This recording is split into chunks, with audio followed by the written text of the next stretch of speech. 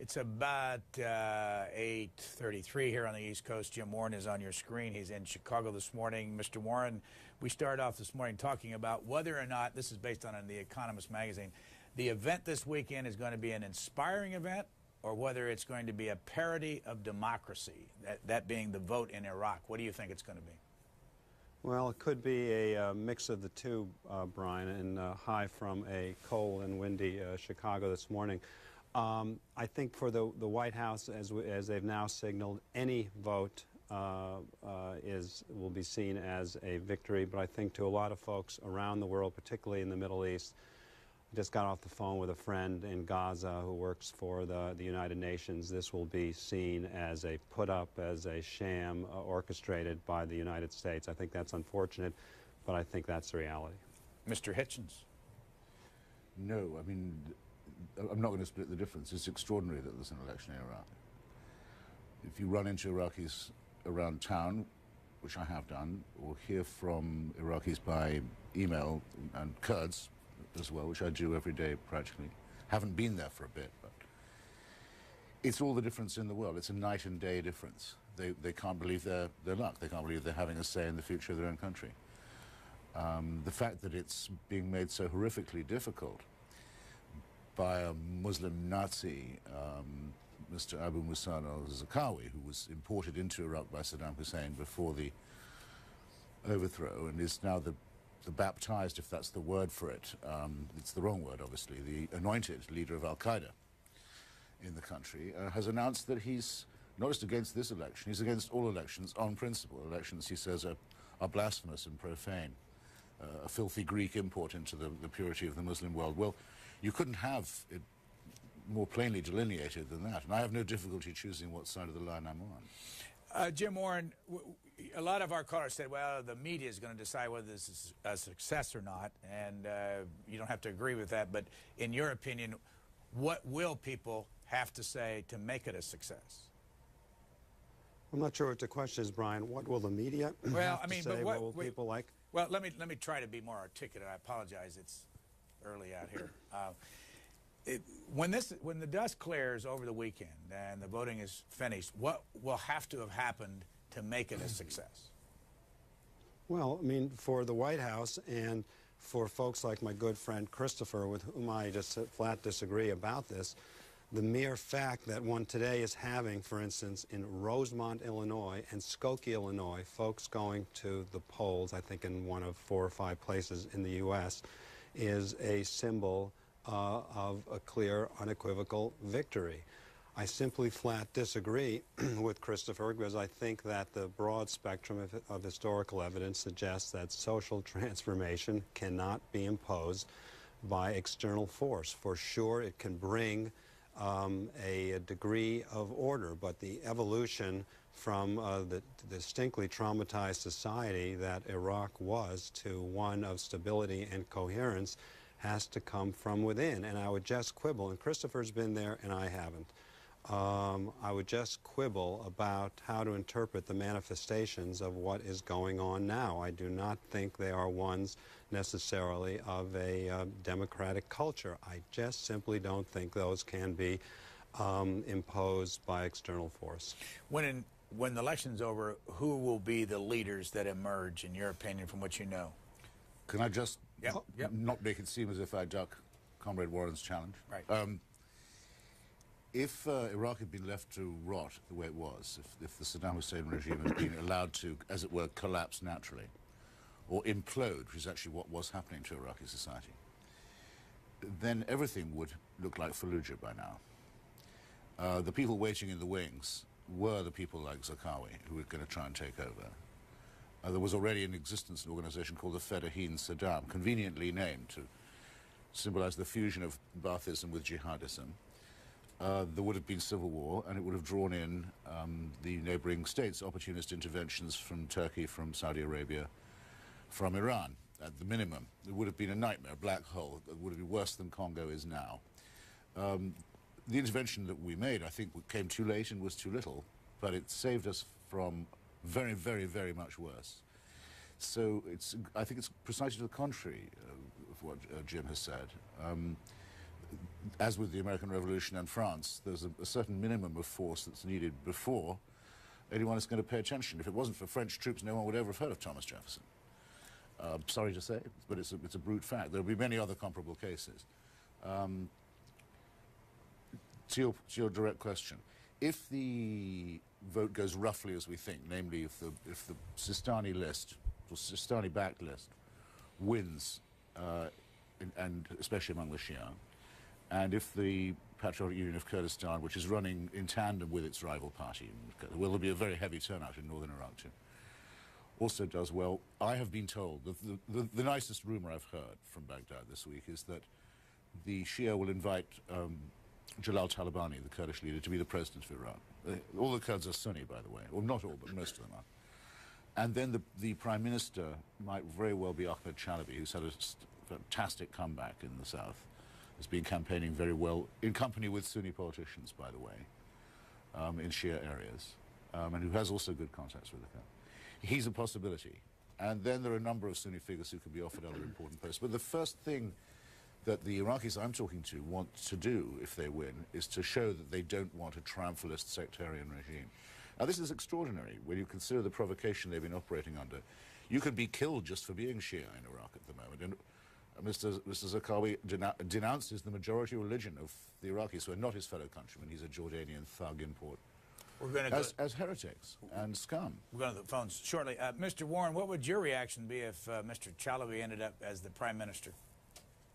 Well, I'd be rather stunned, particularly given the initial influence. We now see his distinctly distorted view of what was going on, his and that of other members of what might call a Iraqi diaspora had early on, particularly when it came to weapons of mass destruction. I think he's been rather discredited, but clearly had an impact on a set of U.S. actions which resemble in some ways the huge mistake of trying to flex our muscles and exhibit imperial power in, for instance, Somalia in 1992. Christopher is going to disagree, but I think that the disarray one sees now is a reflection of the mistake of our initial unilateral action. I don't have a crystal ball. I hope it's calmed down in a year or two from now. I suspect it will not be. Mr. Hitchens, why so few Iraqis based in the United States? Supposed to be about 250,000 of them eligible to vote, and only 25,000 signed up. And the figure I heard this morning, only 17,000 are going to vote. It's very infuriating, it seems to me. Is it the International Organization for Migration, the IOM? I can't give them very high marks. I mean, I'm involved with this quite a lot. I know quite a lot of Iraqis and Kurds. I would have had no idea if I was an Iraqi where to go or what to do. And they were given almost no notice, and they have to travel, in many cases, quite long distances. And we know that in Detroit, well, actually, particularly in Dearborn, Michigan, there's a community. We know that there are a lot of Kurds in Nashville. But we don't have a very good idea of how spread out the Iraqi diaspora is, and I don't think anything like enough attempt was made to find out. Still, I mean, that's to say, I mean, an Iraqi Jew actually came up to me in New York recently after I'd been giving a lecture and said, did I know how to help him get registered? And I said, well, I'll try, but you're starting with asking me? He said, yeah, I don't know how else to begin. He's a smart guy, but didn't know. So it's a pity, because I think there are 4 million Iraqi exiles, all told. Many of them have been living in democratic societies, acquiring qualifications of all kinds. What's dearest hope in the long run is they have the chance to go back. They exercise their right of return. And this is a very shaky start to reintegrating them. Christopher Hitchens here in Washington with us. He's a graduate of Oxford's Balliol College, BA in Philosophy, Politics, and Economics. Our guest, Jim Warren, from New York City originally, is in Chicago, where he's the Deputy Managing Editor of the Chicago Tribune. He is a graduate of Amherst. We go to Athens, Ohio, to start with. You're on the air. Yeah, hi. I was really shocked to hear that Ahmed Chalabi was actually a candidate. I thought this guy is a thug, as far as what I've read, and that he was really wanted by the U.S. government for handing off fabricated intelligence to the Office of Special Plans. And I wanted to ask both these gentlemen whether they will do their parts in doing more investigative reporting about the group of folks, I guess, who operated the way I understand it and read out of the Office of Special Plans, giving passing off this fabricated intelligence that was passed then on to the American public about the WMDs. Thanks. Jim Warren. Well, personally, I've got enough on my plate, and I think the paper and many other papers have done a fair amount on Mr. Chalabi. Obviously, the most vivid manifestation, most sort of controversial bit of reporting was done by the New York Times and a reporter there named Judith Miller, who used Chalabi apparently as a significant force. But I think Christopher has a different view on him, given a piece, Chris, that I think you posted on Slate.com a couple of days ago. Is that right? Well, the first thing to say, of course, is that there were weapons of mass destruction in Iran. Not all of them were found. We don't know what the Iraqis did with what they declared that we couldn't later find. But it's not a matter of inventing them. The Iraqis declared a certain number. They never gave an account of what they'd done with them. They're not allowed to destroy them themselves by the terms of the UN resolution. That would be a very grave breach of the resolution. They have to turn them over, have them bagged, tagged, and disposed of under international supervision. They didn't do that.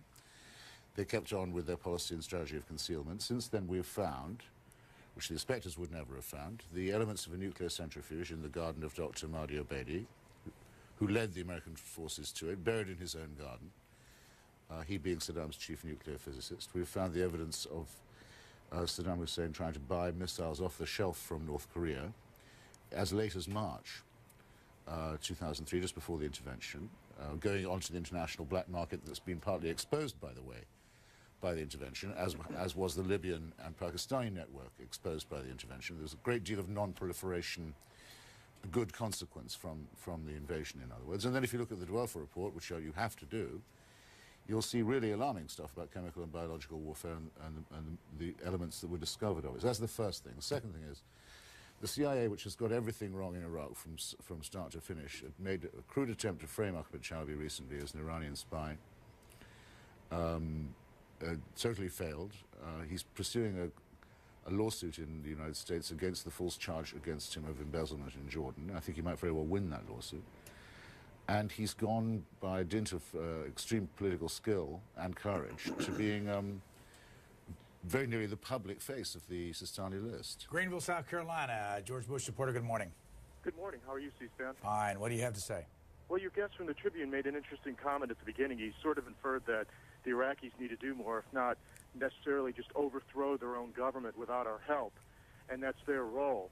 But, you can't fight a revolution anymore like we did. Back in our days, the weaponry was different. Now you can't fight a tank. You can't go up against the government's weaponry. You need help from the outside, and that's what we're providing. And I think it's a little bit unrealistic for him and even naive to assume that that's the current role in this world we face. People need our help.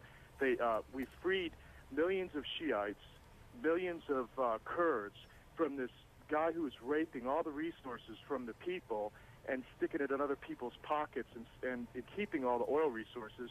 I think we've done a lot, and I think it's too naive to think that we should have total peace in just a few months or a year or two of this excursion. I mean, it took Europe decades. Thanks, caller. Mr. Warren.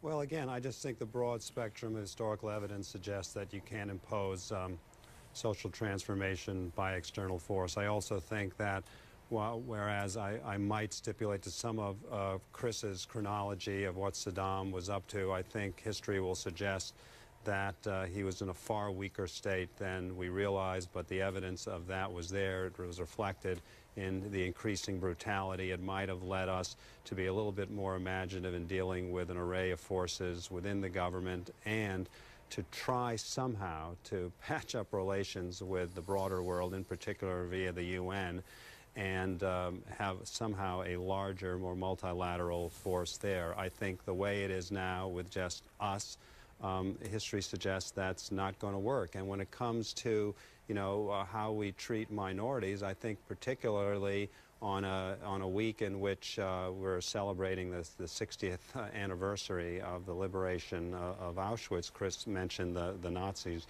early on.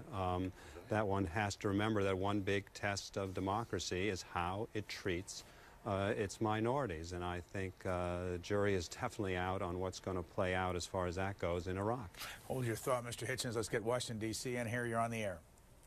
Yes, Mr. Hitchens, there were countless post-war blunders or miscalculations, like the Bush administration likes to call them. But the CIA recently admitted that Iraq is now a training ground for terrorists. So when Bush and Cheney say it's better that our soldiers are fighting the terrorists in Iraq than here at home, I wonder, was that the administration's plan all along, to use our soldiers like bait? And wouldn't that be considered treason and a war crime? Dear me, I think you misunderstood what the CIA may have said, though I think I would decline the task of interpreting CIA analysis for you. There is a common fallacy, though, and I'll make a guess that I think you have a share in it, which is that terrorism is produced by the resistance to it. In other words, which we heard when the intervention took place in Afghanistan, it'll be a quagmire, it'll turn the Arab world against us, the Arab street, and so on. Actually, we're hearing now from the Arab street in Iraq, and people are still complaining about it, that if we fight them in Iraq, it'll only make them angrier. Well, this is the same mistake as people made about New York and Washington, D.C. They thought, what have we done to make them do this to us? You see what I mean? That's the original error. Mr. Zarqawi was correctly identified right in front of the United Nations by name by Secretary of State Colin Powell before the intervention in Iraq took place. Now, think about it. After September the 11th, Saudi Arabia and Pakistan started expelling al-Qaeda people, pretending they hadn't known them, helping to round them up in many cases. There was no country in the world that could afford to have anything to do with them or be seen to. But Iraq started to invite them in from Afghanistan after September the 11th. And Mr. Zarqawi was brought to Iraq by Saddam Hussein after September the 11th. Now, what conclusion do you think it's legitimate to draw from that? Fort McCoy, Florida. That we invented this guy, that we brought him on? No. Fort McCoy, go ahead, please. Good morning, gentlemen. Real quick question. How is the Iraqi vote affecting Europe, given the large Muslim community? And one other thing, Mr. Hitchens, long time ago, I spoke to you on the phone through C-SPAN, and I was talking about emotional politics versus reasoning politics. I said that the definition of intellectual is rational rather than emotional. You said, I wonder what, after I got off of what dictionary he's reading from, the American Heritage Dictionary of the English Language. And I just wanted to make sure that I told you what dictionary I read it from. Thank you very much. Did he tell us which one? I'm not sure that he did. Are you still there?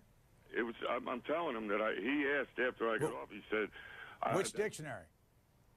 He said American Heritage. The definition. It's what dictionary is this guy reading from?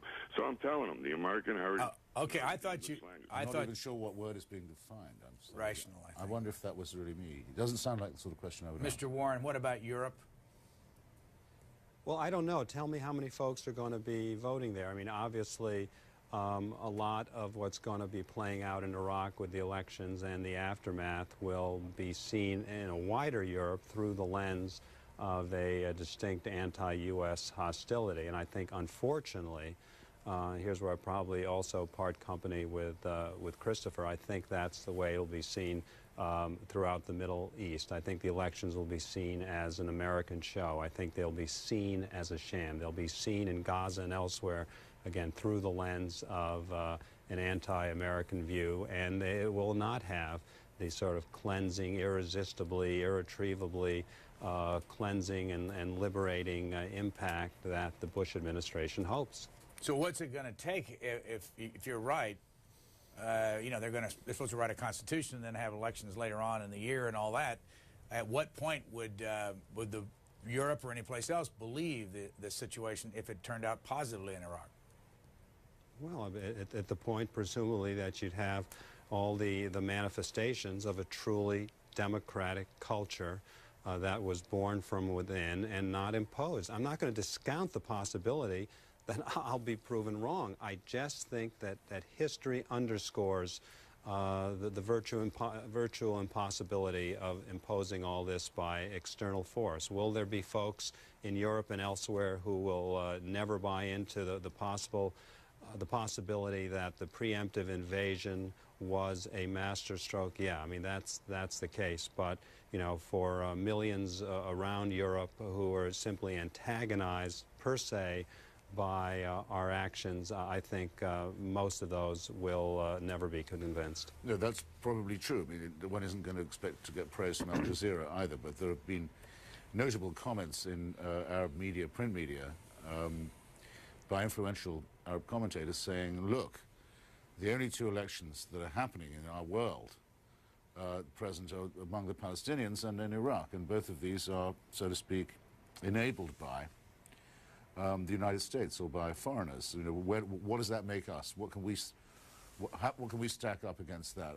If you look at our own internal politics in the Arab world, there are shambles and a disgrace. There's a lot of opinion of that sort also to be found in the Lebanese press, which is fairly free, where there's also going to be a contested election, I hope, fairly soon. There's a good deal of osmosis, I would say, about it throughout the Arab world. And I'm afraid that, Jim, I think you contradict yourself in terms. You cannot say that an election is being imposed on people. The United States is not forcing anybody to vote. What it is enabling them to do so. This is a release of Iraqi liberties from a previous very hideous confinement by a very menacing and threatening regime. It was a country that was a prison on the surface and a mass grave underneath it. Keyport, New Jersey. And an arsenal. Keyport, New Jersey. Go ahead, please. I wanted to know if anybody remembered that the United States had help from France in its revolution. And also, too, I wanted to know if anybody wanted to comment on the economics for the United States of how that the money that's being spent there is going to change the policies that were there before, as far as, you know, them accepting France and Russians and Germany money, and is that going to switch and change? Mr. Warren? Well, I mean, presumably if this works out and one has a freely constituted, sovereign, independent government or, you know, a string of governments, no matter how future elections go, and some, you know, clearly free market economic system, perhaps, then, you know, I'm sure all bids for virtually anything will be entertained. So I wouldn't have much doubt if this works out and we do ultimately have a democratic culture which is fostered. One will also have a democratic economic culture that is fostered, and you know, whether it's you know, French aerospace or Russian oil firms, that you know, a free market and some form of capitalism could conceivably flourish. When was the last time you were there? In Iraq, the summer of 2004. So last summer. Yeah. Concord, No, before that. Sorry. Concord, New Hampshire. Before that. Good morning. Hi. Mr. Lamb, Mr. Hitchner, Mr. Warren. Morning. Mr. Hitchner, I am going to send my husband out today for your book. Oh, thank you. It looks it's like this. It's on my desk here, so you can see what it. Yeah, would you mind just waving it a bit? It's Love, Poverty, and War: Journeys and Essays. Christopher Hitchens, brand new, out in late 2004. Concord, go ahead. Mr. Warren, I have a bone to pick with you. I guess being a psychologist, I think you're sitting in a very defensive position. But I don't agree with you about the UN, and I don't agree about the way we're treated or the way we're held in respect or disrespect by Europe. France and Germany are loaded with Muslim residents. I don't think they wanted to get involved with this because they didn't want an uprising in their own countries. And I support what the president's done. I support our troops, and I pray, and I hope and pray that this election, under the aegis of the United States, or under the troops and the safety that they can provide, God bless these Iraqis who go to the polls.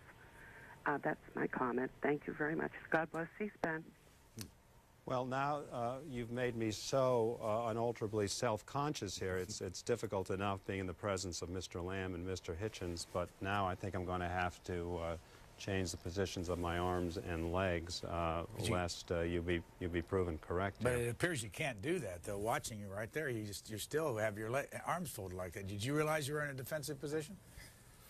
Well, in the presence certainly of Christopher, that just may be an absolutely natural reaction, and in the presence, I should say to you and your viewers, of someone who now has attained even greater iconic cultural status as a result of being rather specifically, even ostentatiously mentioned Tuesday night on the WB program The Gilmore Girls. For your viewers out there who somehow missed it, this favorite teenage show opened with a scene in which I believe a Yale undergrad was quite frustrated with her inability to get through to C-SPAN on a caller line to voice her opinions about Iran, which is just to suggest Gilmore Girls today, perhaps Christopher and Brian, Desperate Housewives tomorrow. So, Brian, you better watch out. You'll probably be making me more defensive. But as far as the substance of the call, I don't really think that German or French reaction had anything to do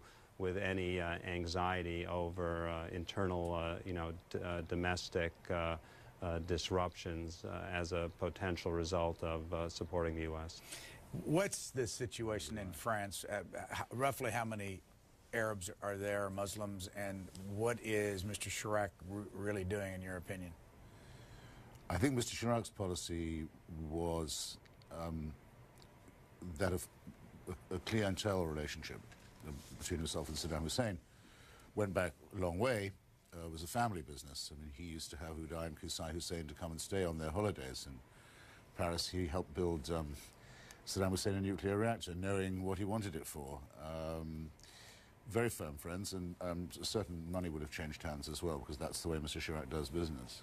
He had to run, after all, for the presidency of France, partly to, well, in fact, entirely to retain his immunity from prosecution, which he would have faced otherwise, for these many crimes and depredations as mayor of Paris. The guy's a pimp, basically. He would have taken this view if there were no other Muslims in France. Now, as to how many of them there are, it's a very good question. It is officially thought to be something like 10%, but there are many Muslims who believe... 10% of France? Yes. Which would be 6 million. There's a lot. But there are many... I'm trying to remember the name of the French author, Gilles... it might come back to me in a second. He said that there are many Muslims in North Africa, fundamentalist Muslims organizations, who believe that the figure is much greater, and who think that France is already on the verge of becoming a Muslim country. They refer to it sometimes as part of the Dar al-Islam, the House of Islam. That's wishful, of course, but it shows how some Muslims conceive of this as a sort of demographic revolution. Danbury, Connecticut, good morning. Oh, good morning, Brian. James Warren, I'd like this question addressed to him, please. Go right ahead. Yeah, James, I'm wondering, I heard Chris Matthews mention this quite a few months back, before this Iraq thing and all, about we do not strike another country, because I know there's some, I don't know which flag it is, but it's always with the American flag, a snake coiled up which says, "Don't tread on me." Now, what do we have having gone to Iraq at anything, at any point, what does, how does that give us the liberty to do something like that and then, blame Saddam and all when he wasn't the culprit for 9/11 and all? How does this all tie in?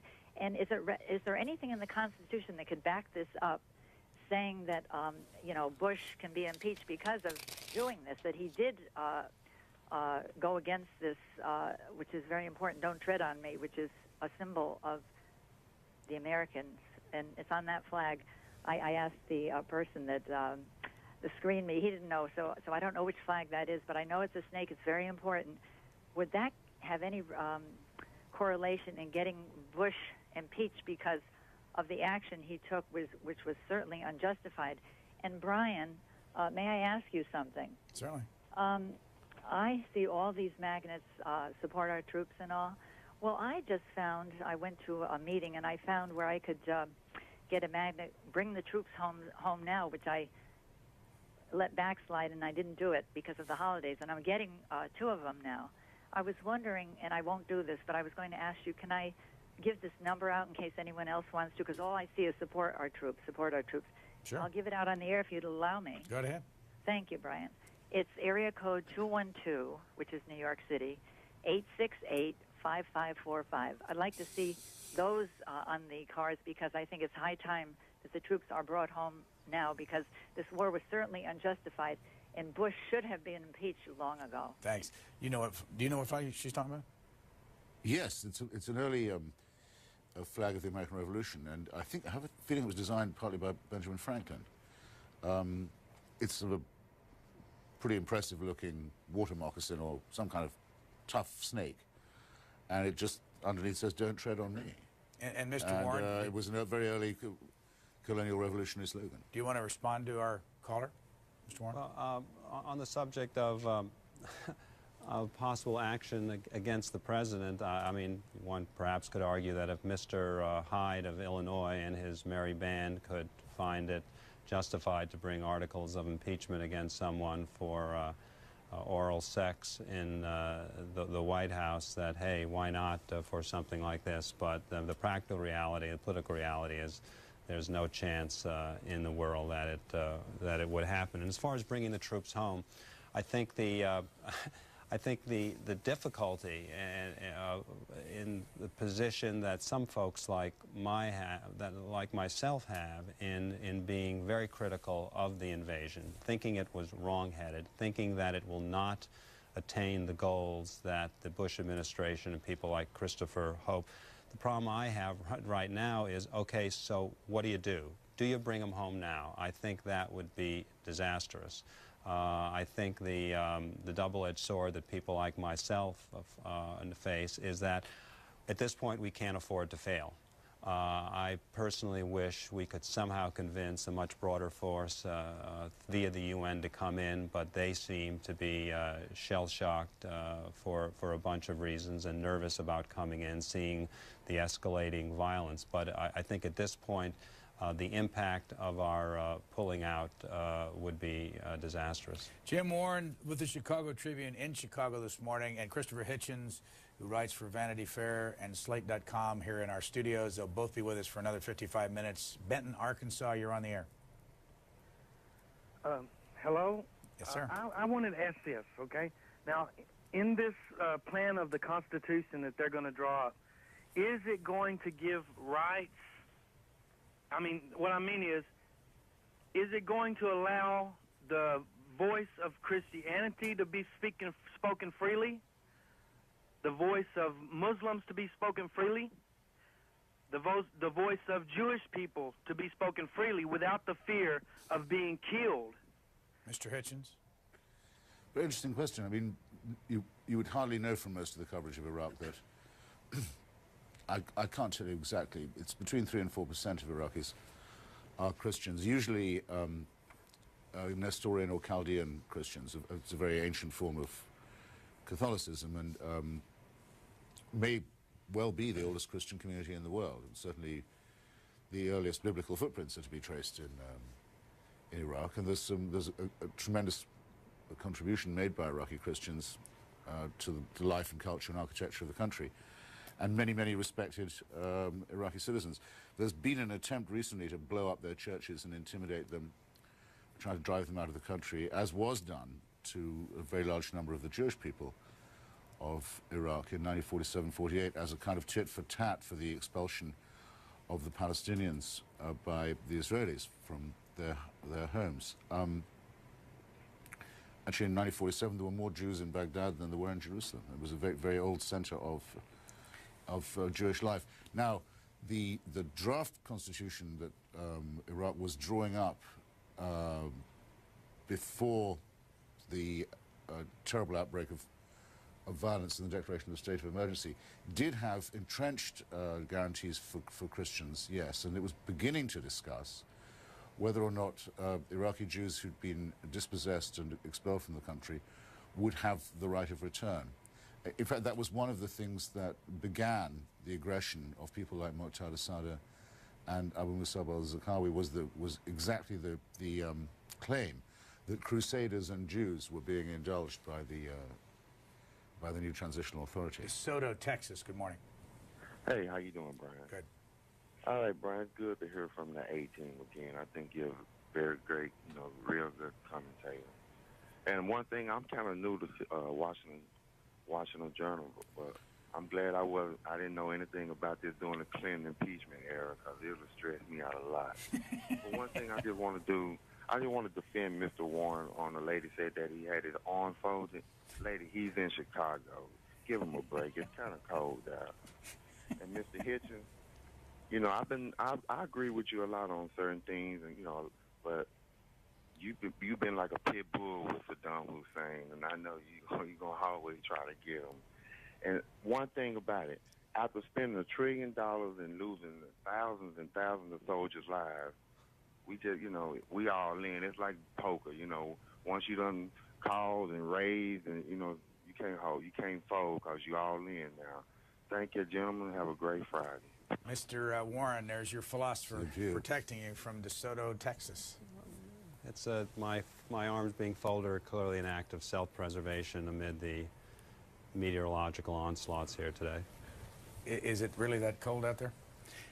No, not for us, and shouldn't be for a Hoosier cable television host like yourself, but maybe all those years in the East have changed. Is the blood a little thinner now? I don't know. Before we move to the next call, I do want to bring up something that Mr. Hitchens might be interested in, and that is the series. It started on, I'm not sure what date, was it January 19th? No, it was before that, 18th, or whatever day it started on, your series of Henry Kissinger telephone call notes. Tell us about that, and where can people see them? Well, if you go to the National Archives... No, but I mean, where can they see your stories? Are they on the... Oh, well, you could try to navigate, I guess, our website, chicagotribune.com. I think you'd have to register, and I'm not sure if the fact that it's a week or two old may mean you have to pay a buck or two or go to Nexus Lexus. But it was a series which ran last Monday through Friday. There are thousands and thousands of pages of Kissinger transcripts. In most cases, he had his secretaries listening in unknown to the caller, and then in shorthand taking down notes and then transcribing the conversations. Mr. Kissinger, no surprise, had no intent of these seeing the light of day during his lifetime. The initial deed of gift to the Library of Congress was such that they would not appear until 5 years after his death. That was litigated. He lost. Those are now all available, and off what I've seen, I think they are, to put it mildly, stunning.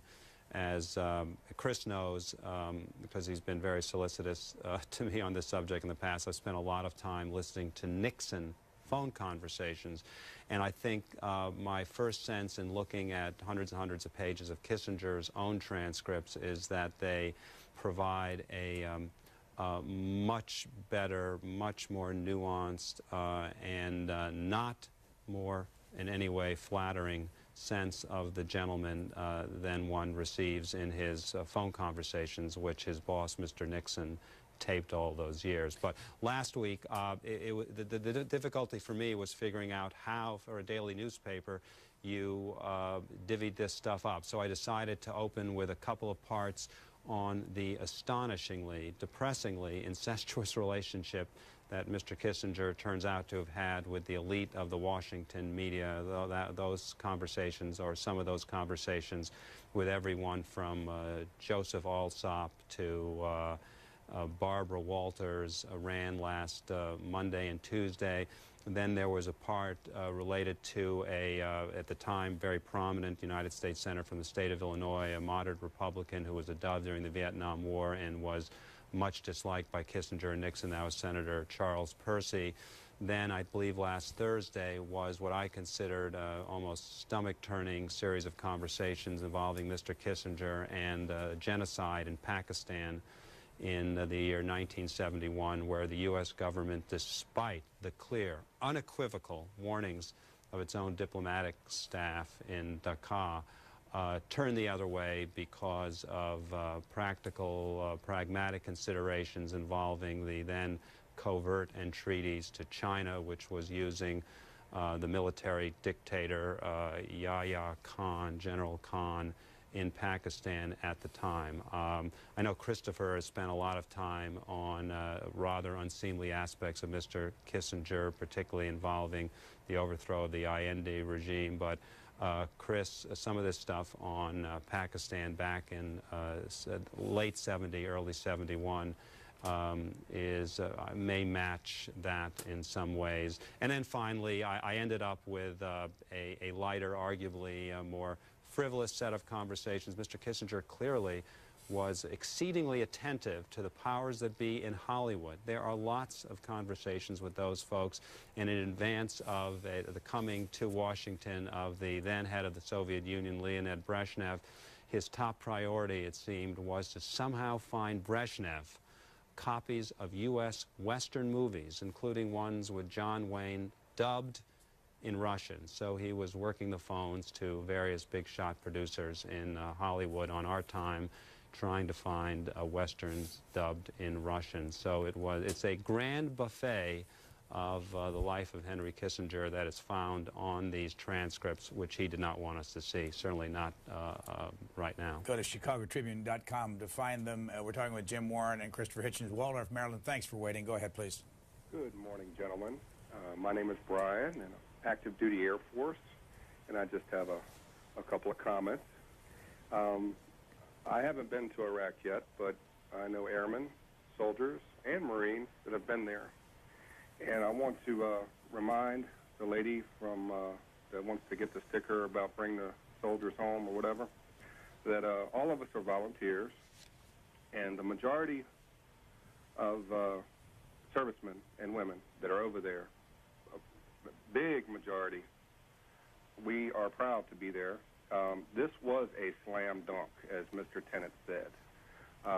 We may have not found any weapons of mass destruction, but just like Mr. Hitchens said, the president of France, Mr. Chirac, remember, he tried to help Iraq develop a nuclear power plant. Atomic weapons have been around since, what, the 40s, correct? And what you have now is a situation in Iraq where people, just like Mr. Hitchens said, people are coming across the borders from Saudi Arabia and all the other countries, Al-Qaeda, and plus you have the leftovers from the Saddam Hussein regime. And this is going to go down in history. And it's not going to happen tomorrow. It's not going to happen next month. But this is going to be a historic thing. 25 years from now, President Bush is going to be looked at as a great leader. And I'm not very political, but I tell you one thing, Mr. Warren, there's plenty of real estate in France. Thanks. Mr. Hitchens, will George Bush go down as a great leader in your opinion? If he helps to evolve the formation or birth of something that could reasonably be described as a Palestinian state, which we're going to find out fairly soon about, and if he adds this to the liberation of Afghanistan and the stabilization of Iraq, and if he's able to negotiate some kind of demilitarization agreement with Iran, yeah, that would be a historic presidency, certainly.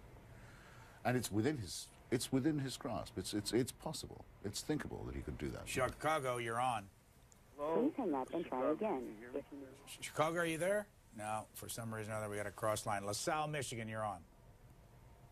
LaSalle, Michigan, are you there? Please go ahead, LaSalle, Michigan. Hello? Hello? You're on the air, sir. Please go ahead.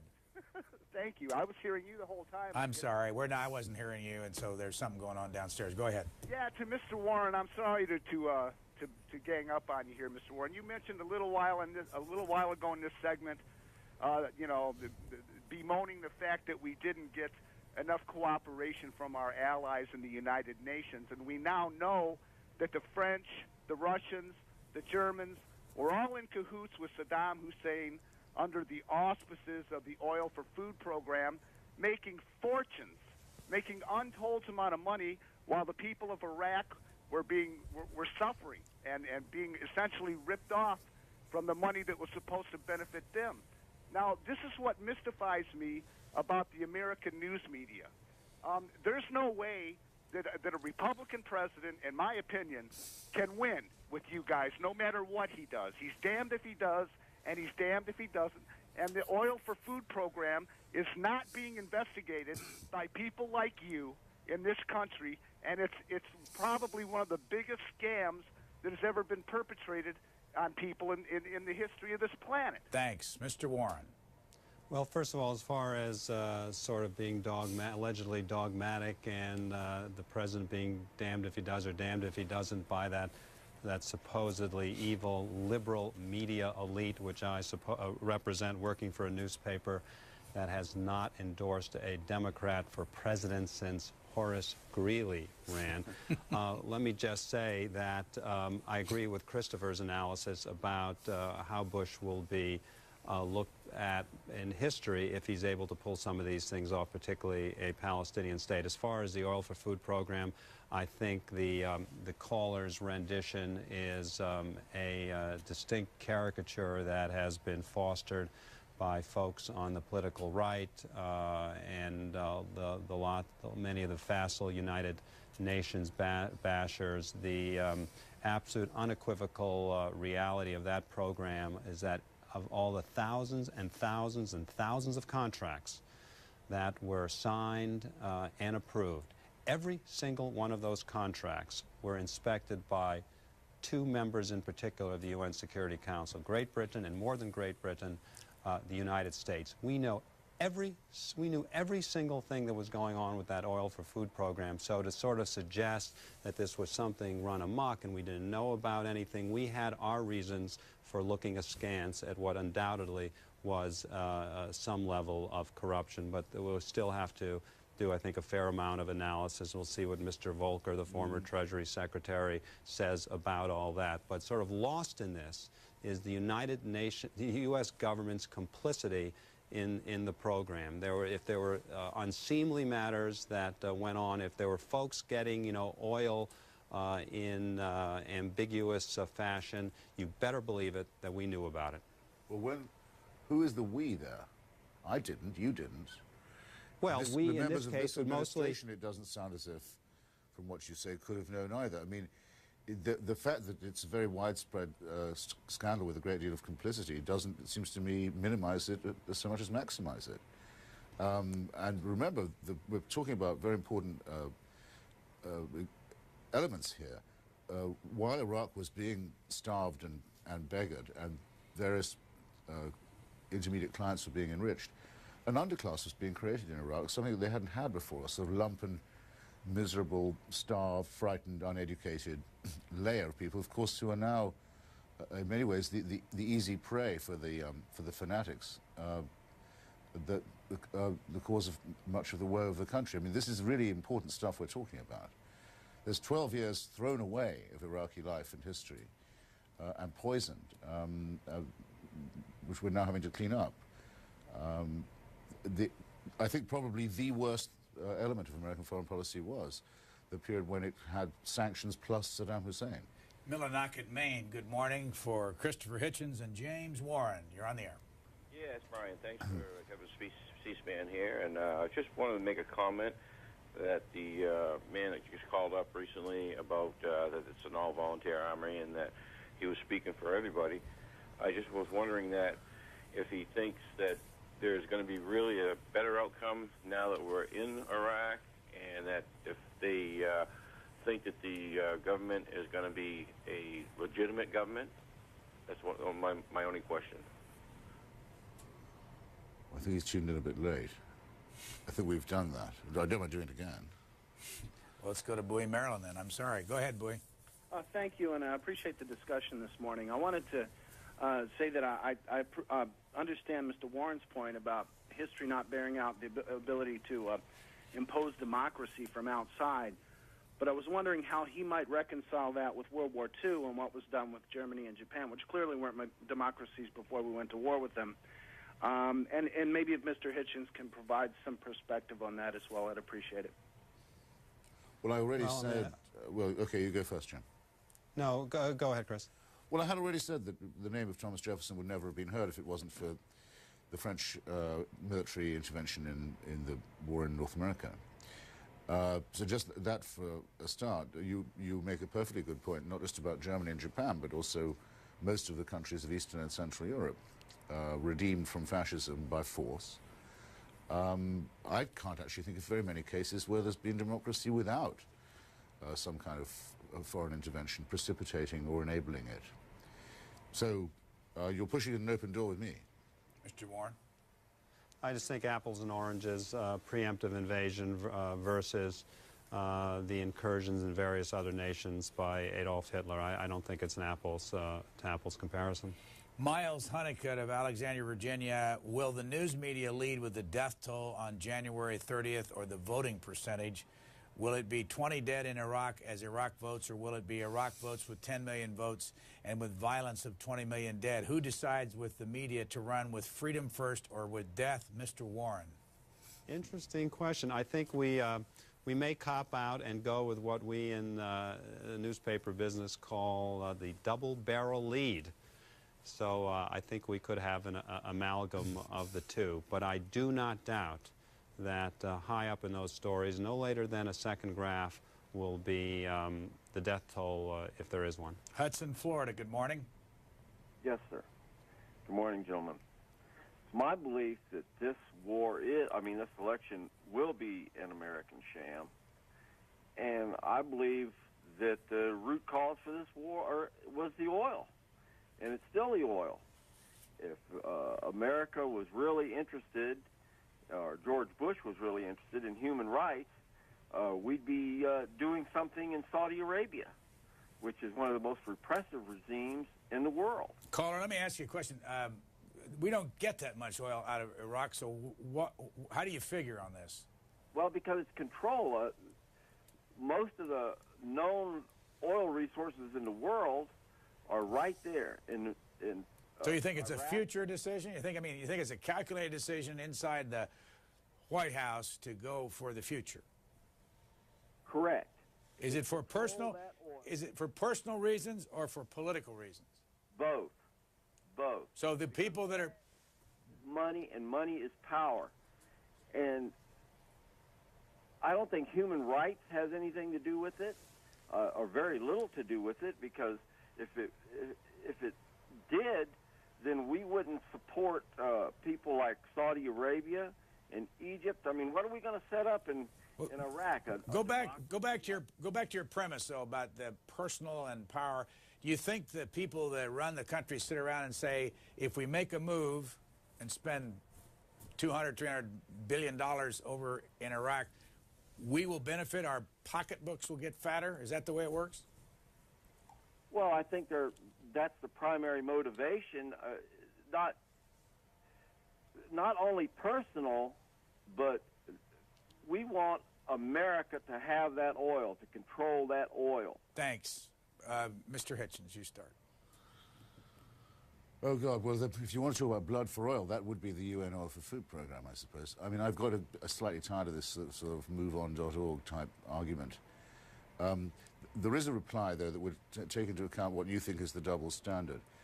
It's true that the president has never used the word Saudi Arabia in any critical sense. He's never mentioned it, for example, in the same sense as the word terrorism, though it's known that the Saudis have been the source of a huge amount of the funding and encouragement and training of bin Ladenist-type forces around the world. However, though it can't be, so to say, announced publicly, removing Saddam Hussein was a form of putting the Saudis in their place. The Saudis, if you remember, were very opposed to this operation. They wouldn't let American soil be used for it. American forces had to be moved to Qatar in order to take part in the liberation of Iraq.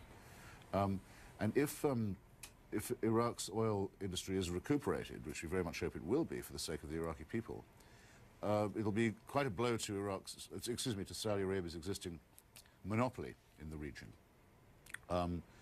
Which is why I think there's some covert Saudi hand in some of this subversion in Iraq at the moment, because they certainly don't want to see a Shia democracy on their border. Actually, they don't want any kind of democracy on their border, but preferably not a Shia one, because the much exploited workers in the oil fields of Saudi Arabia tend to be Shia Muslims, doubly discriminated against. So they have every interest in seeing this outcome fail. Thus, it is absurd of you to suggest that an oil policy an oil-driven policy in Iraq is also motivated by Saudi interest, when in fact, if you really thought about the politics of oil, which you haven't done, you'd see that the reverse was the case.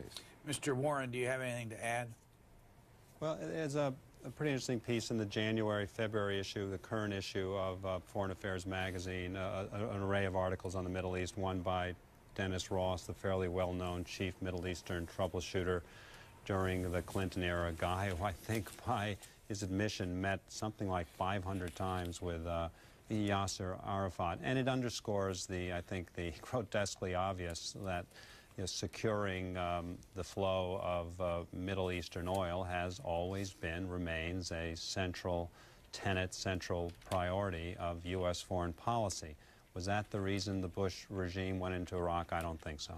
I don't know whether either one of you gentlemen saw this, but I thought it might get an interesting comment from either one of you. The president met with the New York Times yesterday, and it says here, but even while acknowledging that Iraq is at a pivotal point in its history, Mr. Bush appeared far more relaxed than he was in August when he was last interviewed by the Times, and that was somewhere in New Mexico. He laughed when asked about his admission on Wednesday during a news conference that he had not read the article in the periodical Foreign Affairs, written in 2000 by Condoleezza Rice, his new Secretary of State, laying out his foreign policy. Quote, I don't think, now he says, I don't know what you think the world is like, but a lot of people don't sit around reading Foreign Affairs, he said, chuckling. I know this is shocking to you.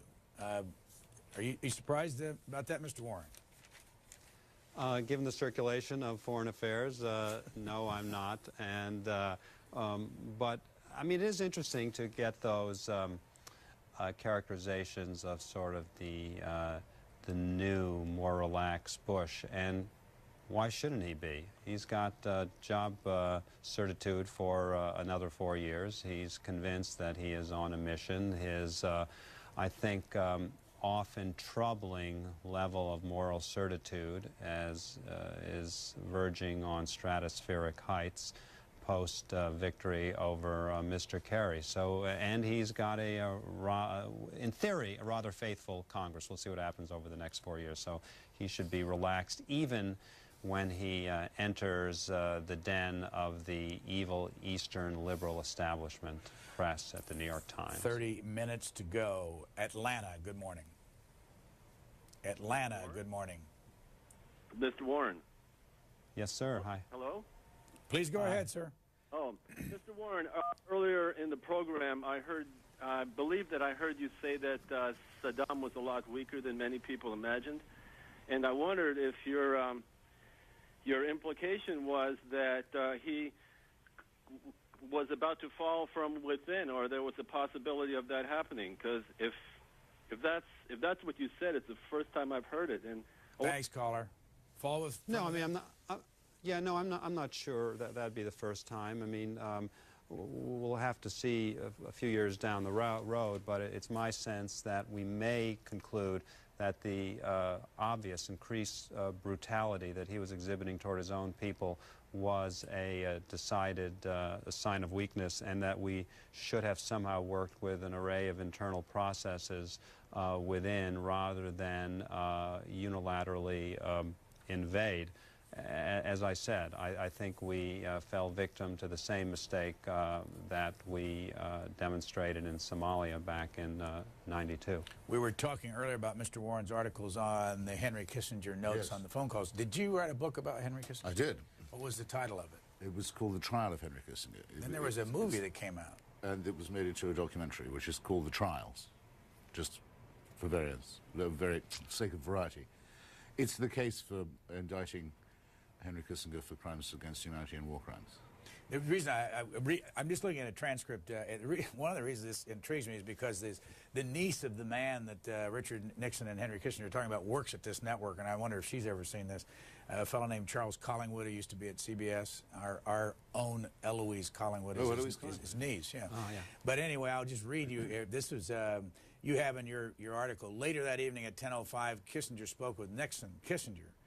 I think it went extremely well. They're talking about a speech the president gave about Vietnam. I think it was a most effective speech. I thought network commentaries went very well. NBC and ABC were good. CBS, I just caught pieces of it, but Collingwood And then he runs off. President Collingwood, what was he doing? Kissinger, he said, Hanoi said there must be a political settlement before a ceasefire. President Collingwood is a communist. He is married to that pretty wife, very left. He is no damn good. What do you think of my doing? What do you think of my doing low-key delivery? He was moved right into that. Is that typical of anything you've heard before? No, it's a lot more laid back. I mean, what you tend to get from there's a hideous telephone conversation between Kissinger and Nixon on the eve of the invasion of Cambodia, the illegal, secretly planned invasion of Cambodia. Nixon is hideously drunk, and he's I think in Key Biscayne with Bebe Rebozo. Both the Secretary of State and the Secretary of Defense, then I think Mr. Laird and Mr. Schlesinger would have been, are opposed to the invasion of Cambodia. So Kissinger's backing Nixon as National Security Advisor, and I think he's hoping, obviously, for Mr. Laird's job as well. Excuse Mr. Schlesinger's job, but it's it's risky. He's helping this secret war within the White House, and the drunken Nixon sort of slurringly says to Kissinger on the phone, "If this doesn't work out, Henry, it's your ass." And you have these two hideous thugs about to complete the destruction of a neutral country in Asia, and just as sordid as anything could possibly be. We need to go back to the phones. We'll get back to this in a minute, Mr. Warren. Let's go to Newark, New Jersey. Good morning. Yeah, hello? Hi. Yeah, it's my first time I'm calling. I'm familiar with Mr. Hitchens' work, and I saw the film about Kissinger. Yeah, my question is, I guess, kind of two-part. I think what's been overemphasized in the media is the word democracy, and I think what's underemphasized is oil. I mean, there are 29 countries today where they don't allow religious freedoms. It was mentioned earlier about Saudi Arabia, Egypt. For example, Singapore, if you're caught with 500 grams of marijuana, you're hung. Jehovah's Witnesses are caned and thrown in jail for 10 years. So obviously, there must have been a factor that Iraq was chosen to bring so-called freedom, so-called democracy, and it's obviously it was oil, because, I mean, when Nixon ended the gold standard in the early 70s, supply and demand is the name of the game. The biggest demand, whoever controls the biggest demand controls the world economy, and one of the biggest demands on earth today is oil. Now, the word that's overemphasized in the media is democracy. I know Mr. Hitchens is a philosopher. Does he really think that democracy has ever existed? Isn't it the United States more like a nation of wage slavery? I don't feel free at all. I've lived here my whole life. Isn't it like a system of economic dictatorships? Let me start with Mr. Warren. We'll come back to you on that. You heard the call. What about democracy in this country, Mr. Warren? Well, I think it's in rather good shape, unfortunate degree of economic inequality aside. And as far as the claim of something like 29 countries where there's not much religious tolerance, I suspect it's much, much higher. The status quo in most places is lack of democracy, lack of religious tolerance of any sort. Again, I take the president at his word. We went in before this morphed into a humanitarian aid mission. We went in there to rid Iraq of weapons of mass destruction. And though I do think that securing Middle East oil has been a central priority of U.S. foreign policy, on this one I don't think it was the number one reason we went in. Well, to say the United States was a democracy in the sense of the people ruling would perhaps be to flatter it somewhat. I mean, in the building that you can see behind us, a fairly small number of special interests can most times outvote millions and millions of voters. But, and that's notorious, but I think you would have to say of the United States that it was a remarkably open and pluralistic society, where the expression of all opinions and the coexistence of very great diversity is very striking, especially to an immigrant like myself. And with a considerable respect for law. So not bad. I think the motive for the liberation of Iraq was much more political than economic. It was, I think, very necessary to do something to alter the balance of power in the region. And there was, in any case, an unpostponable appointment with the keystone state of that region, Iraq, just right between Saudi Arabia and Iran, that we'd had since 1992, when the close of the war to expel Saddam Hussein from Kuwait. We had appeared through President Bush Sr. to promise the Iraqis that if they rose against Saddam Hussein, we would support them. And when they did, we did not. So we'd incurred a debt, and we were also keeping Iraq under international sanctions, which was something of a mutation of its sovereignty. And we had adopted Iraq, in a sense, already as a responsibility. The real, Jim keeps recurring to 1992 and Somalia. Really what one should recur to is 1992 and the failure to remove Saddam Hussein in good and sufficient time. We would now be 15 years into nation building and democracy in Iraq if we had not backed off that crucial responsibility at that time. Speaking of immigrant, 15 years for the locust. Speaking of being an immigrant, when will you raise your hand to pledge allegiance to the United States of America? It'll be in your state, I gather, because my paperwork is in the system. I'm somewhere in the Homeland Security. In Virginia. And if you apply in D.C., you're deemed to have applied in Virginia. So I'm hoping to do it in Charlottesville, actually. Hey, if I can, can I add something as you know, as a child of Austrian and German immigrants? In the case of my Austrian mom, someone who fled Hitler as he was after he had moved into Czechoslovakia and was about to come in to Austria.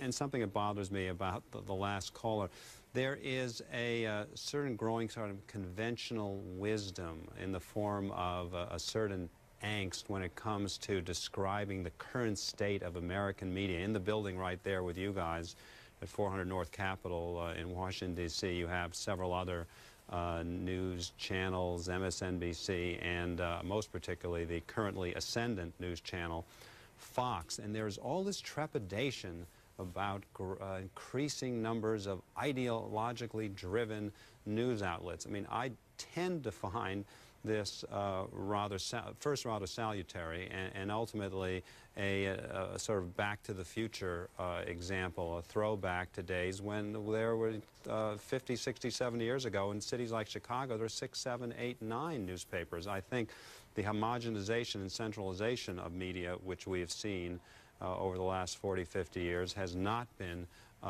particularly wholesome. And I think what is playing out also with the Internet is generally, you know, a healthy manifestation in the turn of the media, though I don't buy into a lot of the slobbering over the Internet and the cries of joy over the old traditional gatekeepers like the Tribune and New York Times and CBS News now being demolished, because I think there's a lot of unadulterated crap that one tends to find on the Internet too. But it's just a way to say to the caller that I think his is a rather caricatured notion of this country, and there's a degree perhaps of increasing pluralism, especially when it comes to, you know, folks like Chris and me and others giving our 2 cents on an array of outlets, and I think that's again really quite salutary.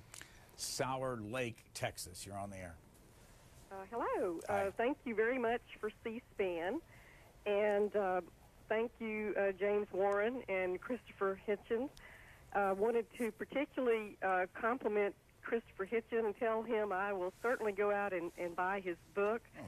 And I appreciate so much his scholarship and his analogy of events. And my question is, given the majority voter registration in Iraq of the Shias, once the election takes place, would you please comment on how you think the protection of the minorities will go forward?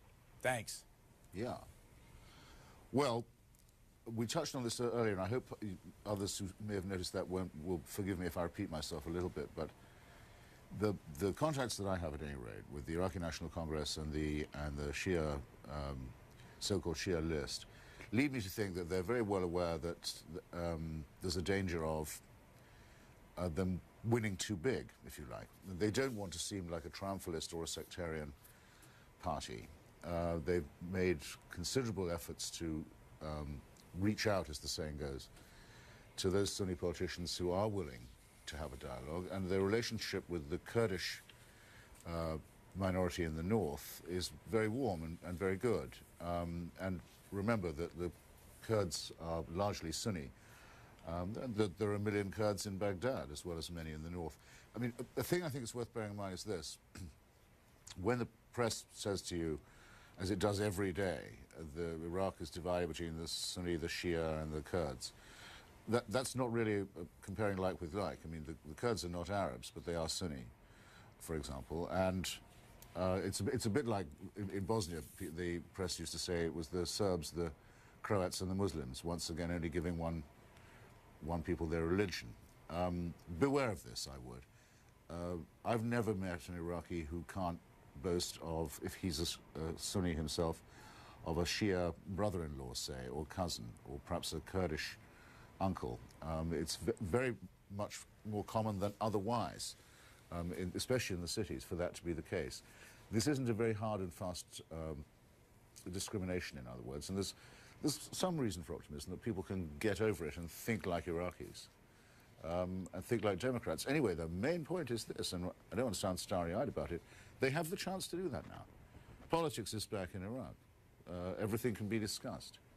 And that, I think, is so worthwhile that I'm surprised by how much easy cynicism there is about it. Christopher Hitchens is at our table in Washington, and James Warren is in Chicago, and this program this morning, we're mixing and matching different issues here, including these transcripts that Mr. Warren published, this one on January the 18th.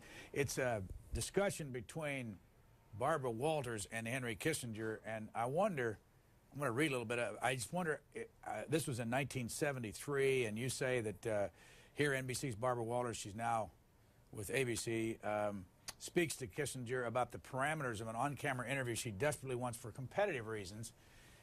And here's what it reads. It's Walters, when will I hear from you? Kissinger, are you home tonight? Walters, I'm going out to dinner and I'll be home later this evening. Kissinger, see, consumed by jealousy. Walters, I know. The real reason I want to do this interview is just to have a few moments with you alone, says Barbara Walters. Kissinger. How revolting. Oh, I knew that. With a camera, you like voyeurism. He meant, I guess, voyeurism.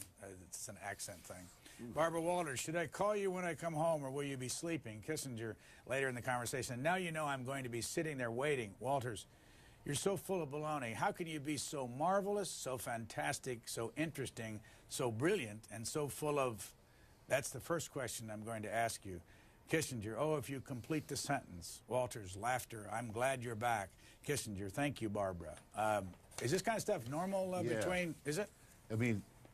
you can't eat enough to vomit enough, really, can you, with a thing like that? It's the really rebarbative element of writing about Kissinger, well, one of the very rebarbative, was the absolute fawning and grovelling that he got from my so-called profession. I mean, Ted Koppel would have him on Nightline, not as a controversial person to talk with, but as the independent arbiter of everyone else's, and consultant of everyone else's conversations. He has a column in the Los Angeles Times that's syndicated in the Washington Post. It isn't worth the paper it's printed on, but he always gets his side of the story printed in the New York Times. Always lionized by people like La Walters. Just really awful, Mr. groveling. Do you feel that strongly, Mr. Warren? There's nobody here to defend Mr. Kissinger, so... Well, some of this stuff, particularly with the likes of Walters, verges on soft porn. Simple as that. If you have a chance, Christopher, some of the, fabled Brit journalists of the day, of 50s, 60s, and 70s, show up in these chats. I think Henry Brandon. There's several. And there's one conversation, Brian, it was on last Monday and Tuesday. I can't remember if it was Brandon, but again, it's a very prominent Brit journalist of the time, and Kissinger calls to see if he can borrow his swimming pool that weekend. As simple as that, and the instant answer is what we would have expected. Of course, come over and bring Nancy, his then-girlfriend, later wife, Nancy McGinnis. Though poor old Brandon, who was a terrible toady and fawner, I think was very shocked to find that it hadn't stopped kissing or bugging his telephone. So even while his boots were being licked by these people, he was doing them bad turns. Boston, Mass. Thanks for waiting. Hello, my name is Joe. I'm calling from Boston. I have a couple of minor comments and then a question for Mr. Warren. First of all, I guess please don't cut me off. I've got so much, and I'll try to be brief. First of all, there isn't a person that I know, including myself, that believed for 1 minute that Iraq was A, possessed weapons of mass destruction, and B, had any links at all with Al-Qaeda. I believe with all my research and information and knowledge of history that that this was a sham from start to finish. And the prospect that was put forth that George Bush will go down in history as anything other than the single president that almost demolished domestic policy as well as international relationships. And at the end of the day, he will be accredited with dividing our friends and uniting our enemies.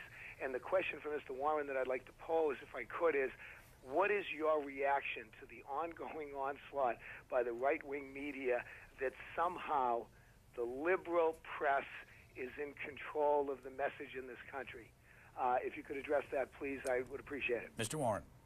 Well, it's part of a much longer discussion. I think it's a grotesque caricature, though I'll be the first to admit that on a range of issues, affirmative action, death penalty, abortion, that in a lot of our elite newsrooms you will tend to find a distinct degree of consensus. I think on a day-to-day basis that is not reflected in the vast majority of work that we all do. A paper like the Chicago Tribune, you know, where we're out covering fires, county board meetings, just sort of all those run-of-the-mill important things in people's lives.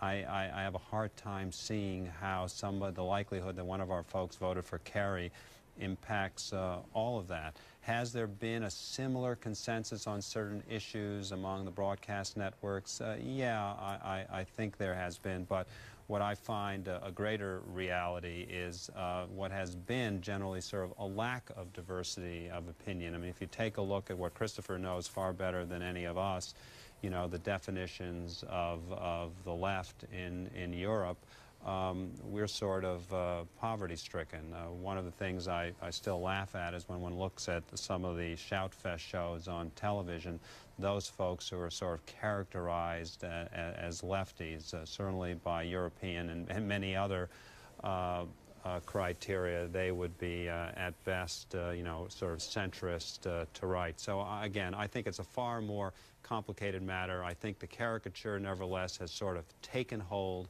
of this elite liberal media, and I think we're all victimized by it. Anything to add? Let's go to Rogers, Arkansas. You're on the air. Well, hello. Hi. Hi, Brian. You know, it's been a marvelous study to observe Mr. Hitchens' views evolve over the years, and it's been wonderful to watch, you know, people that don't get stuck in a philosophical or political rut. It's marvelous, and, you know, I must say that I'm in agreement with most of what he says, until it comes to Mother Teresa and Israel. But that said, you know, I admire his intelligence and erudition, but I just like to put this to you, Chris, as a proposition. And if you could just find some historiological fault in what I say, okay. I mean, email me. I'm daddyo45@yahoo.com. If you can't get it, that's okay, go ahead. DADDIO at Yahoo. Okay. If you can't get it all said now, because I'd love to carry on this conversation with you. Here's the proposition. Britain should return Ulster to the Irish. The United States should return Mexico, Texas to Mexico, and then Israel should return the West Bank to the Palestinians. Thanks. First, thank you for all those kind words. Second, I can't object if you say that I'm evolving. I sort of hope we all are. But in fact, I don't think my position on Iraq has changed at all. I've, for many, many years, been a friend of the Iraqis and Kurds who were struggling to remove the regime of Saddam Hussein. Everything that I do comes out of a sense of solidarity with those people, most of whom actually have leftist backgrounds, or did when I knew them. So, just as a point, I think that the partition of Ireland was a very serious mistake, and it's being very slowly put back together again, and very gradually demographically. Actually, the Protestant Unionist population of the 6 counties, of the 9 counties of Ulster that were partitioned, is becoming a minority within even the partitioned bit. But there's no way in the meanwhile just to give Ulster back, because there is a large population that simply rejects the idea of quitting the United Kingdom. I think you'd find an even larger number of people in Texas who would not want to come under Mexican rule. That would include also, I think, a very large number of the Hispanic Texans. Your comparison with the state of affairs in Palestine is therefore completely inexact. I mean, the Texans are not recent settlers. There's no original injustice done by way of mass expulsion. And the world has come to recognize that the Palestinians who live both under occupation or in exile or in dispossession do have a claim to a state of their own. And I hope you wouldn't want to argue against that elementary justice. 7 minutes to go. Boston, Massachusetts, you're on the air.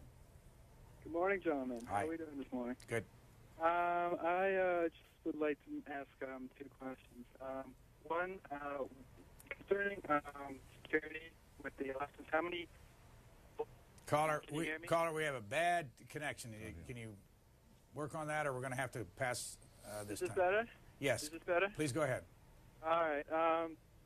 As far as the elections are concerned, how many actual Iraqi security forces are going to be able to secure polling stations? And 2, I'd like a brief comment or whatever about the genocide in 1988, 87 with the Kurds, Saddam's genocide against the Kurds. Okay, fine. Do you know anything about the security forces, Mr. Warren? How many there are? No, I don't. Other than, I think there's even concession on the part of the Bush administration that we have, not been terribly efficient and effective in training those folks. I think no matter how one looks back on the preemptive invasion, I think there are even some diehards in the Bush administration who will concede, or at least conceded to me, that the disbanding of the Iraqi army was a huge tactical mistake. You've been to Halabja, haven't you? Yes, I have. Yeah, Halabja is the town in northern Iraq, in Iraqi Kurdistan. It's quite near the Iranian border, which was destroyed by chemical weapons after the Iran-Iraq war, as were approximately 400 other Kurdish villages destroyed or evacuated, and usually accompanying this with the, excuse me, I shouldn't say evacuated, I mean subject to mass expulsion and deportation.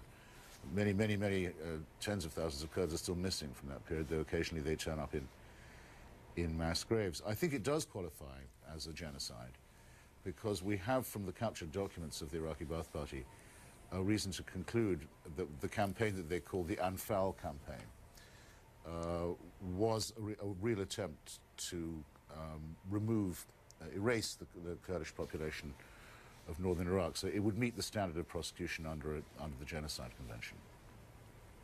Last call. Point Reyes, California. You're on the air. Yes, good morning. I would like both of you to comment a little bit more on the original mistake that I've heard you both actually mention. I did the actual back channel work between Saddam's government and the U.S. State Department, and Saddam was being offered normalization if he would get rid of his weapons of mass destruction. And according to Mr. Blix, he had. Mr. Blix, in fact, called Mr. Bush a bastard for invading when he did. And I would present to you that the original mistake is allowing Israel firsters into our policymaking process and using our American government to create the greater Israel, using our American government and our American men and our money to create this greater Israel. So do you really believe that this Iraqi election will be accepted if it goes forward?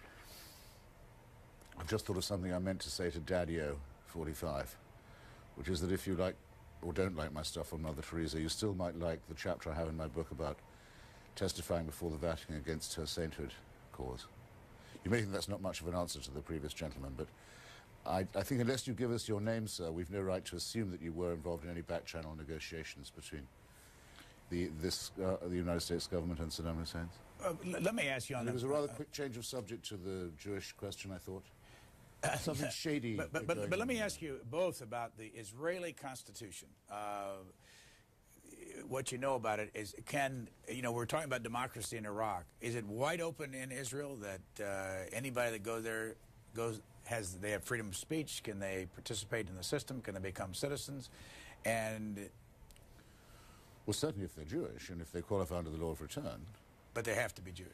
Well, you can be a citizen of Israel in two ways. One is, like me, to have a Jewish mother, and you can go and claim all the rights of an Israeli citizen straight away, which, yes, do include most of the constitutional protections that we mean by democracy. There's a great deal of pluralism for Jews in Israel. The other way of doing it is to be one of the Arab citizens who avoided being thrown out in 1947 or 48, who were made into Israeli citizens and who have seats allotted to them in the Knesset. We're running out of and the time. right to vote. So. Mr. Warren, I want to give you a chance on that one. Anything you want to comment on the Israeli thing?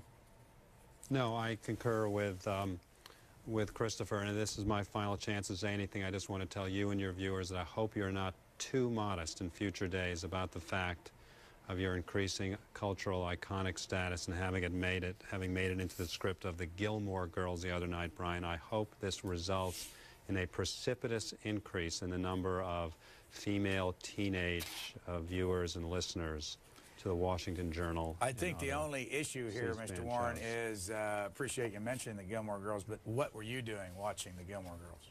We have a financial interest. We own the WB along with Time Warner, and given the state of the Tribune stock right now, which has been going south, anything I can do to boost those WB ratings, even watching the Gilmore Girls, I shall do. Thank you very much, Mr. Warren, for joining us in Chicago this morning. And Mr. Hitchens, I asked you earlier, and I think Mr. Warren stepped on your lines, you're going to become a citizen in the year 2005 in Charlottesville? Well, I don't know how long it'll take for Homeland Security to get round to me. I mean, there's a big backlog now of citizenship applications. But I'm in the system somewhere. And yes, I'm deemed to have applied in Virginia, and my book on Thomas Jefferson will come out this year, in May, I think. And my dream has always been to take the oath at Charlottesville. We've got to go live, and I thank you. We've got to go live to the Senate Democratic only Policy Committee. And okay. It's about 8:33 here on the East Coast. Jim Warren is on your screen. He's in Chicago this morning. Mr. Warren, we started off this morning talking about whether or not, this is based on The Economist magazine, the event this weekend is going to be an inspiring event, or whether it's going to be a parody of democracy, that being the vote in Iraq. What do you think it's going to be? Well, it could be a mix of the two, Brian, and hi from a cold and windy Chicago this morning. I think for the White House, as they've now signaled, any vote will be seen as a victory, but I think to a lot of folks around the world, particularly in the Middle East, just got off the phone with a friend in Gaza who works for the United Nations. This will be seen as a put-up, as a sham orchestrated by the United States. I think that's unfortunate, but I think that's the reality. Mr. Hitchens? No, I mean, I'm not going to split the difference. It's extraordinary that there's an election in Iraq. If you run into Iraqis around town, which I have done, or hear from Iraqis by email, and Kurds as well, which I do every day practically. Haven't been there for a bit, but it's all the difference in the world. It's a night and day difference. They can't believe their luck. They can't believe they're having a say in the future of their own country.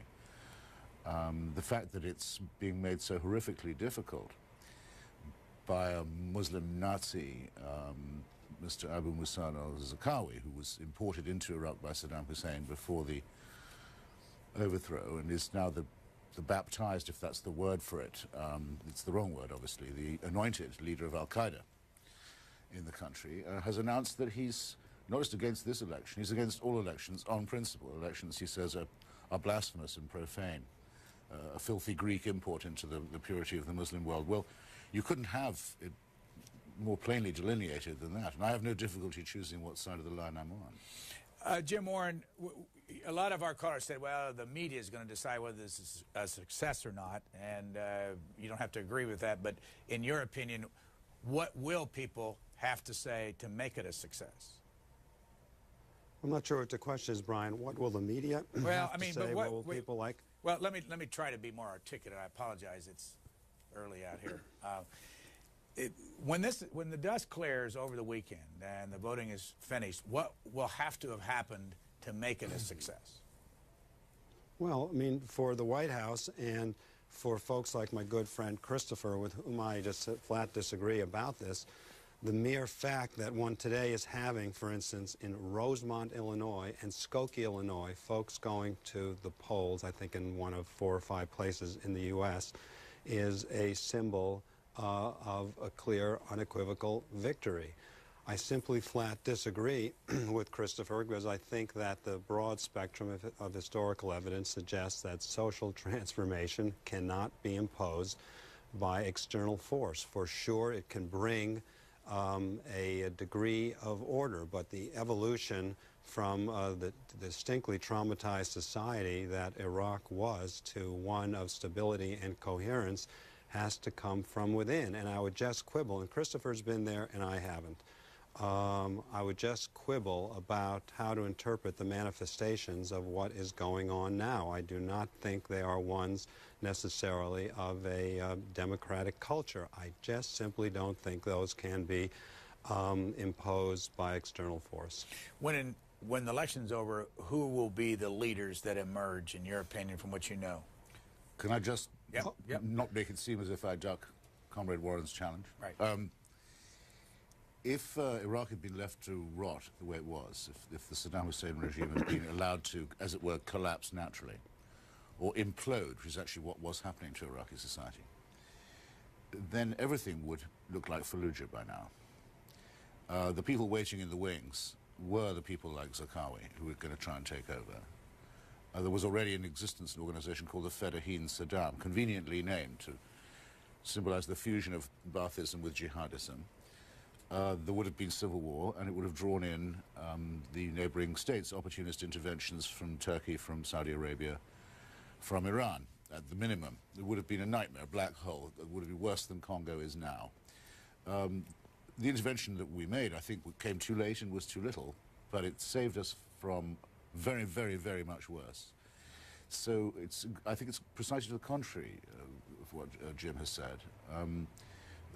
As with the American Revolution and France, there's a certain minimum of force that's needed before anyone is going to pay attention. If it wasn't for French troops, no one would ever have heard of Thomas Jefferson. Sorry to say, but it's a brute fact. There will be many other comparable cases. To your direct question, if the vote goes roughly as we think, namely if the Sistani list, or Sistani-backed list, wins, and especially among the Shia, and if the Patriotic Union of Kurdistan, which is running in tandem with its rival party, well, there'll be a very heavy turnout in northern Iraq too, also does well. I have been told, the nicest rumor I've heard from Baghdad this week is that the Shia will invite Jalal Talabani, the Kurdish leader, to be the president of Iran. All the Kurds are Sunni, by the way, or not all, but most of them are. And then the prime minister might very well be Ahmed Chalabi, who's had a fantastic comeback in the south, has been campaigning very well, in company with Sunni politicians, by the way, in Shia areas, and who has also good contacts with the Kurds. He's a possibility. And then there are a number of Sunni figures who can be offered other important posts. But the first thing that the Iraqis I'm talking to want to do, if they win, is to show that they don't want a triumphalist sectarian regime. Now, this is extraordinary when you consider the provocation they've been operating under. You could be killed just for being Shia in Iraq at the moment. And Mr. Zarqawi denounces the majority religion of the Iraqis, who are not his fellow countrymen. He's a Jordanian thug import. We're going to as heretics and scum. We're going to the phones shortly. Mr. Warren, what would your reaction be if Mr. Chalabi ended up as the prime minister? Well, I'd be rather stunned, particularly given the initial influence. Return. And this is a very shaky start to reintegrating them. Christopher Hitchens here in Washington with us. He's a graduate of Oxford's Balliol College, BA in Philosophy, Politics, and Economics. Our guest, Jim Warren, from New York City originally, is in Chicago, where he's the deputy managing editor of the Chicago Tribune. He is a graduate of Amherst. We go to Athens, Ohio, to start with. You're on the air. Yeah, hi. I was really shocked to hear that Ahmed Chalabi was actually a candidate. I thought this guy is a thug, as far as what I've read, and that he was really wanted by the U.S. government for handing off fabricated intelligence to the Office of Special Plans. And I wanted to ask both these gentlemen whether they will do their parts in doing more investigative reporting about the group of folks, I guess, who operated the way I understand it and read out of the Office of Special Plans, passing off this fabricated intelligence that was passed then on to the American public about the WMDs. Thanks, Jim Warren. Well, personally, I've got enough on my plate, and I think the paper and many other papers have done a fair amount on Mr. Chalabi. Obviously, the most vivid manifestation, the most sort of controversial bit of reporting was done by the New York Times and a reporter there named Judith Miller, who used Chalabi apparently as a significant force. But I think Christopher has a different view on him, given a piece, Chris, that I think you posted on Slate.com a couple of days ago. Is that right? Well, the first thing to say, of course, is that there were weapons of mass destruction in Iran. Not all of them were found. We don't know what the Iraqis did with what they declared that we couldn't later find. But it's not a matter of inventing them. The Iraqis declared a certain number. They never gave an account of what they'd done with them. They're not allowed to destroy them themselves by the terms of the UN resolution. That would be a very grave breach of the resolution. They have to turn them over, have them bagged, tagged, and disposed of under international supervision. They didn't do that. They kept on with their policy and strategy of concealment. Since then, we've found, which the inspectors would never have found, the elements of a nuclear centrifuge in the garden of Dr. Mahdi Obeidi. We now see his distinctly distorted view of what was going on, his and that of other members of what might call a Iraqi diaspora had early on, particularly when it came to weapons of mass destruction. I think he's been rather discredited, but clearly had an impact on a set of U.S. actions which resemble in some ways the huge mistake of trying to flex our muscles and exhibit imperial power in, for instance, Somalia in 1992. Christopher is going to disagree, but I think that the disarray one sees now is a reflection of the mistake of our initial unilateral action. I don't have a crystal ball. I hope it's calmed down in a year or two from now. I suspect it will not be. Mr. Hitchens, why so few Iraqis based in the United States? Supposed to be about 250,000 of them eligible to vote, and only 25,000 signed up. And the figure I heard this morning, only 17,000 are going to vote. It's very infuriating, it seems to me. Is it the International Organization for Migration, the IOM? I can't give them very high marks. I mean, I'm involved with this quite a lot.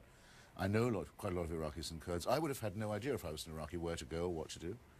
And they were given almost no notice, and they have to travel, in many cases, quite long distances. And we know that in Detroit, well, actually, particularly in Dearborn, Michigan, there's a community. We know that there are a lot of Kurds in Nashville.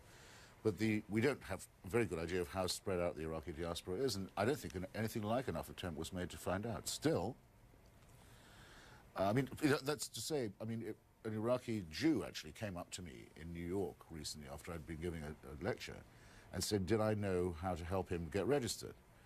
And I said, well, I'll try, but you're starting with asking me? He said, yeah, I don't know how else to begin. He's a smart guy, but didn't know. So it's a pity, because I think there are 4 million Iraqi exiles, all told. Many of them have been living in democratic societies, acquiring qualifications of all kinds. What's dearest hope in the long run is they have the chance to go back. They exercise their right